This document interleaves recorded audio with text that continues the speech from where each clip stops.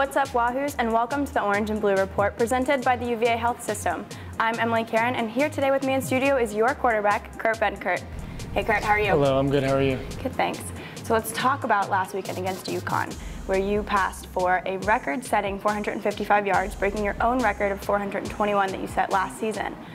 Can you talk us through the emotions of that day? You know, what was going through your head when you threw that 73-yarder to Andre? Yeah, as the day went on, I knew we were having a good day, but I didn't know it was that good until right after the game. Vince was like the first person to come over to me and tell me.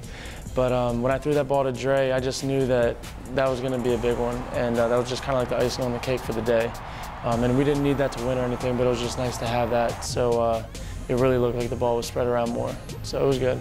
And speaking of Dre, he was one of 3 receivers last week to have over 100 yards in a game, first time ever in Cavalier history, alongside Donnie and O. What is clicking offensively so that has become possible for you guys? Yeah, I think those guys they all have their own skill set and they all kind of complement each other. So the defense can't stop all of them at the same time. And I think that's something that we're realizing, and we're going to be using that going forward. So it's a good thing that that was shown in week 3.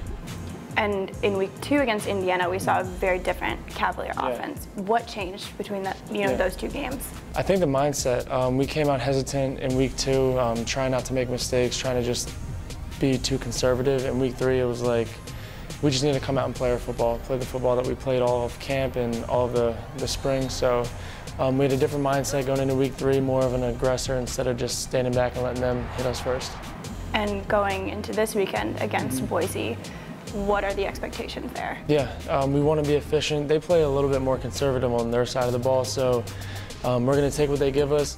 As they start creeping up, then we'll be able to have a little bit more fun going downfield, but we have to start playing smart. The coaches can tell you what the play is when you go out on the field, but it's up to the players to be on the same page, and I think that's where we are right now. When you guys travel for away games, you know, Boise is a long haul from Charlottesville. What's that like? It's going to be a lot of hours on a plane. I think it's like a 5-hour flight, so it'll be a lot of hours.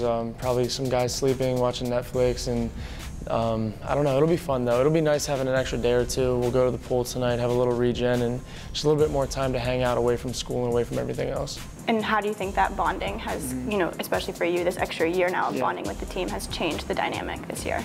Yeah, I think everybody just feels closer. I got here right as the season really was starting last year, so that was difficult to really understand who was who and going into the season.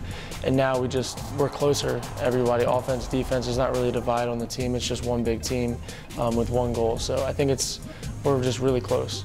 There you go. Yeah. Well, best of luck Friday night. You guys can tune back in for an Orange and Blue special report with women's soccer head coach Steve Swanson on Friday, and you can catch the Who's Friday night at Boise State.